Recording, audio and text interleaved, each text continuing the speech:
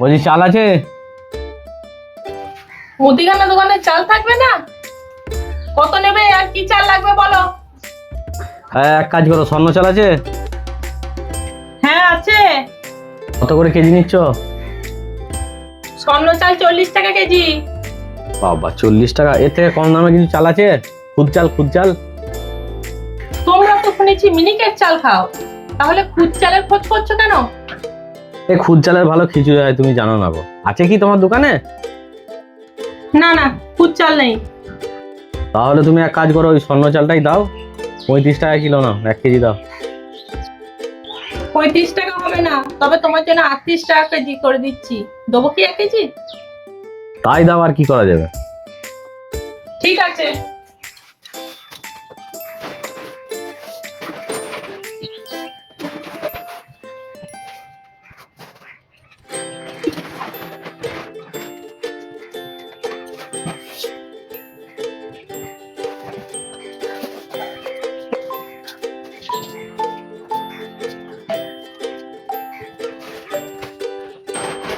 এই যে 1 কেজি চাল।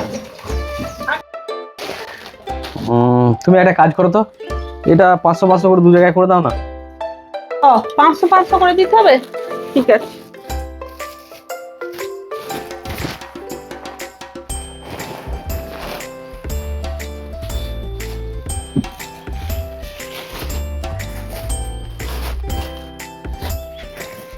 এই যে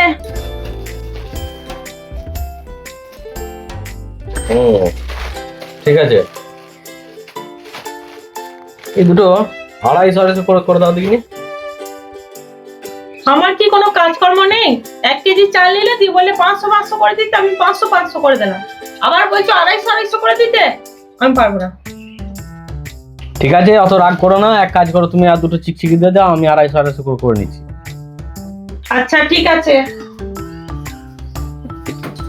এই যে দুটো চিকচিকি।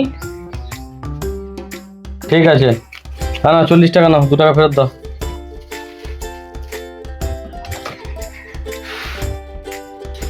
এই যে 2 টাকা। দামটা বাড়ছে।